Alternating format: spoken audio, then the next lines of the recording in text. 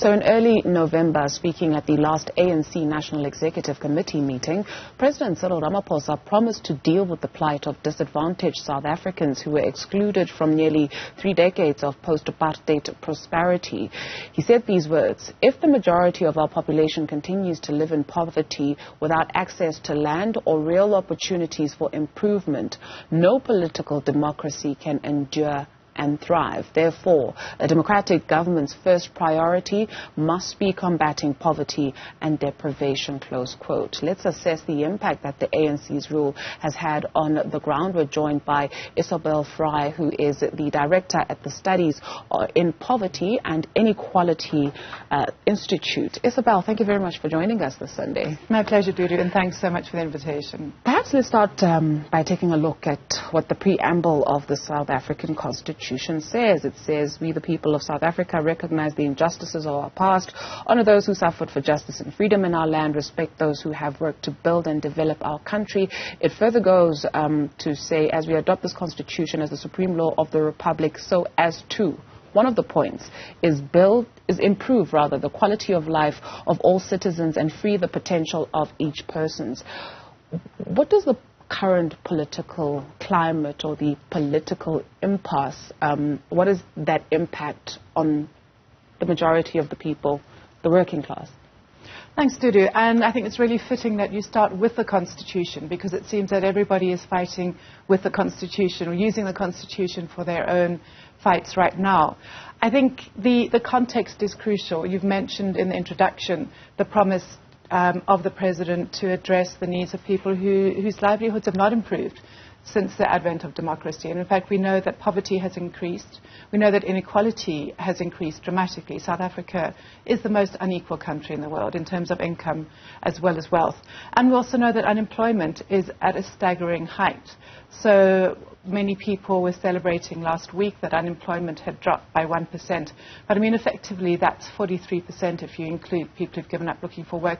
We have 43%. Sub-Saharan Africa, the average is 7.6%.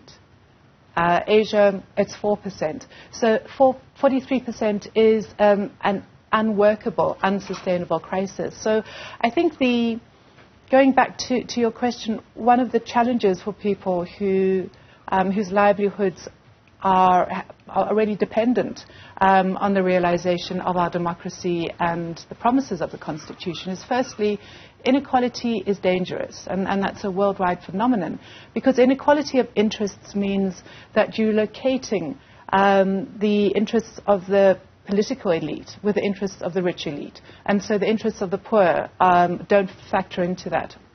I think, secondly, it's about obeying the law. So the question for me comes down to whose law and whose interests. So the Constitution can be used to look at terms of office of the President and questions of impeachability. But the Constitution, the same Constitution, guarantees sufficient food and water to everybody. It guarantees social security, and it guarantees dignity, and that's a critical thing. And finally, we have a deep loyalty to the liberation movement in this country, which is really justified. But we also have a very weak state, and some might say intentionally weakened. So the question is, do we have an effective administration that, notwithstanding leadership battles, the state can continue to effect its administration in a fair and competent way? And I think that's one of the challenges, is that the issue of patronage, because the inequality is so high and because unemployment is so vast, patronage really gives access to resources. And so we have a state where people are not wanting to do anything until they've heard what the outcome of the factional battles are. So I think that where we have an impasse on policy such as social security, we need to move away from discretional handouts of programs such as the 350 grant. We need to move to a state where programs for the poor are deeply entrenched.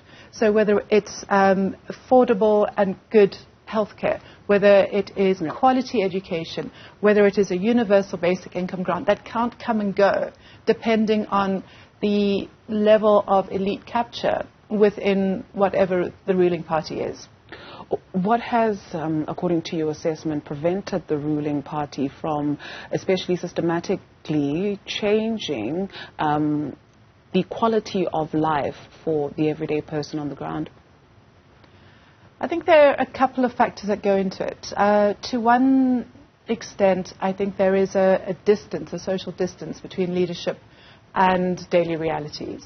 And so where statistically, for instance, I mean, for me, the perfect example of that is access, I was going to say electricity, but maybe not so much, not a great topic this time, but access to potable water, drinking water. We know that the government, the ANC government, has really expanded access, formal access to water. So they've laid down a lot of pipes, drinking capacity and facility. And yet, at the same time, we've really, by stealth, privatized a lot of the access. So while water is a constitutional right, there are also user fees that apply to that. So government might look at the statistics and say, we now have 87% of people who have access to water within 25 meters of a tap. But the question is, can they afford to open that tap and to use the water? So that's the one aspect, is being able to see empathetically the impact on whether the policies are enjoyed as opposed to whether they've just been delivered. And I think that's a crucial aspect. I think a second aspect is the ability to see the role of the state. And this is an ideological perspective. We have sort of neoliberal people influenced by Deep America who says that the state should be small and the market should be able to prevail. But we have a social democratic tradition where the state actually needs to be the equalizer, where the markets fail to provide income, for instance, the state needs to say, we tax from the rich and we distribute to the poor. And there's been, I would say that there is an inertia on ideology at the heart of the ruling party. And where there is inertia, it seems that the sort of dominant state is more neoliberal. So where we're convinced that we've not done wrong, and that's good enough. We need to see a proactive state fulfilling obligations. That's what a social democratic state does. You speak of a neoliberal state, and you speak of possibly correcting things, right? Like saying we'll tax from the rich to distribute to the poor, and you speak of the markets. I mean, when that report landed just a few hours later, we were being told about how, you know, the markets could potentially crash. The rand was at its weakest. Oh no, we can't afford to destabilize the economic environment in South Africa by calling or by these growing calls of some sectors of society for the president to step down. How then should we understand that, right? So who's controlling who? I think that's a really good question. A number of years ago, the COSATU and within the ruling alliance, there was a call for the state to discipline the markets, to assert its dominance over the markets rather than being a handmaiden of the markets. And definitely, I mean, within hours we saw The Economist having a podcast about the impact of the current impasse on our economy, and the rand fell. And the problem is that immediately has a knock-on effect. So if the rand falls, it means that our imports are more expensive. So fuel and food, automatically, we've tracked the impact of the Ukraine war on our ability to import some of the food essentials that we require. We know that cooking oil, for instance, has gone through the roof. So the poor's basic needs are directly affected when these nebulous global markets decide to exert their strength and muscle. And it also means that where the interest rates are affected as well, then it's more difficult for us to borrow in order to comply with the constitutional obligations that we have. You mentioned that inequality is dangerous. I'm by no stretch of the imagination a researcher, but I do wonder, is there a link, right? So we're marking 16 days of activism against the abuse of women and children in our society. Then we also read or get told by researchers that if you emancipate the girl child, right, and you're taking the boy child with you, but making sure that she can also hold her own economically, and she has her own buying power and a sense of agency. I can do my own hair. I can go and have a drink with a friend, something that a lot of us take for granted. And so could it be that some of these policies that we have adopted in South Africa, we keep going around in circles and people are not liberated from their situations, the quality of life does not improve, and we're not able to get a handle on things like gender-based violence because inequality is dangerous. Absolutely. Inequality is one of the most corrosive aspects, I think, in terms of nation building. And we hear many calls for a social compact in South Africa. Yeah. Now, to answer your question, I just want to take us quickly to look at the unemployment figures. If you look at the unemployment figures by race, we see that unemployment for black African people is 47.6% compared to for white people 9.5%. So we start off in a highly divided country. The inequalities are perpetuating. So where we see social cohesion calling on solidarity, and we see a leadership that instead is fighting for individual office and individual benefit, the ordinary person is being asked to sacrifice, but to what extent? And therefore, again, when you look at the questions of the allocation on gender to income, for the majority of people for whom every rand is critical, we see that women are more likely to be unemployed, but also women who are employed in lower paying positions. Even those who are employed in the same position, women get less money. And so, again, the state as a distributor, a guarantor, if you'd like to see, for a decent life is so important. The need to look at where women are and to provide income to where they are. So if women are currently doing most of the caregiving in South Africa because of our history and the way that society has allocated roles and responsibilities, then where is the caregivers grant that goes? Where is the ability to ensure that women have their own independence, which is not dependent on a situation which might be inimical to their well-being?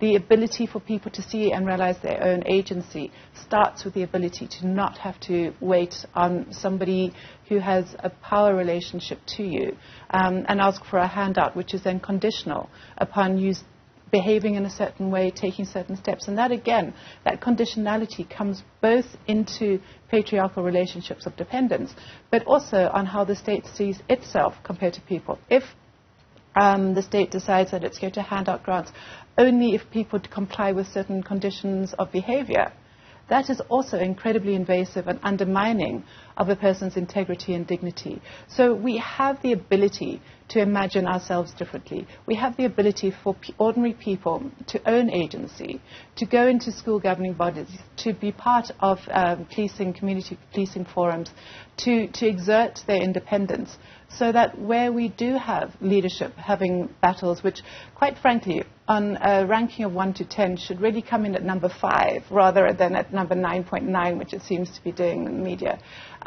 Leadership battles will always be, but we need to have an enabling society where the state is a strong administrator, our policies are not discretional, and we aim our policies at the most vulnerable, because if they're able to succeed in those policies, then it means that everybody is.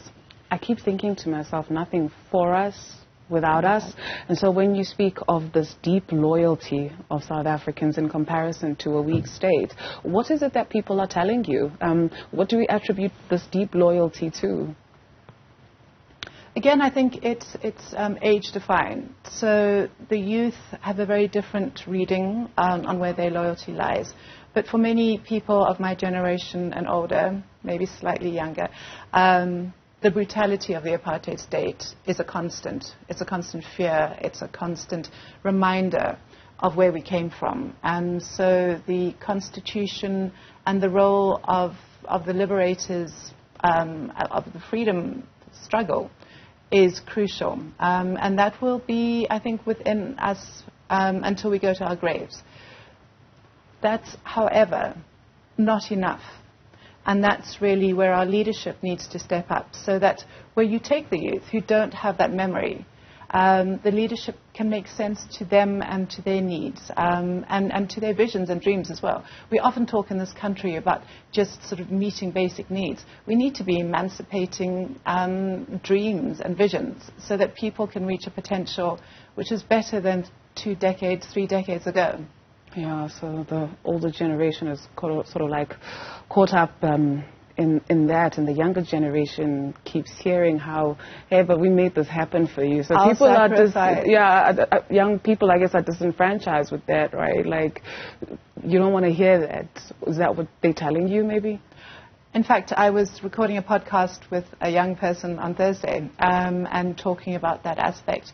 She was saying that the whole function of representational democracy, representative democracy, parliamentary democracy, is not something that works for her. She says of the leadership that she's seen in the couple of elections that she's been eligible to vote in, none of them have come up to their promises, and so she is not going to vote.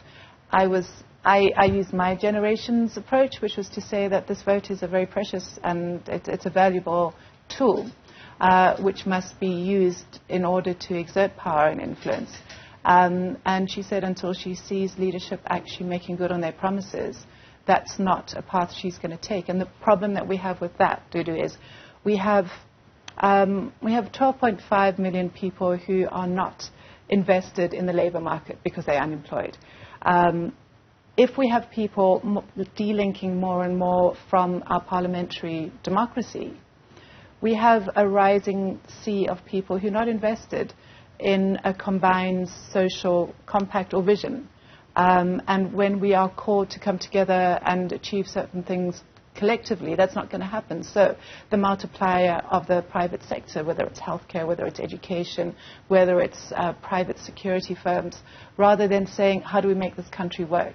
And that atrophying, it might be part of a maturing democracy, but given the inequalities that we have, we really need to somehow open a wellspring that brings us together on issues and doesn't set us apart. And again, where we see the leadership being so divisive for what appears to be deeply individual interests, that doesn't send the clarion call for us to come together, set aside our differences, and really seek to make the vision that we would say we fought for come through. Isobel Frye, thank you very much for helping us go beyond the politics. Isobel Frye is the director at the Studies in Poverty and Inequality Institute, rather. Thank you. Thanks, Dudu.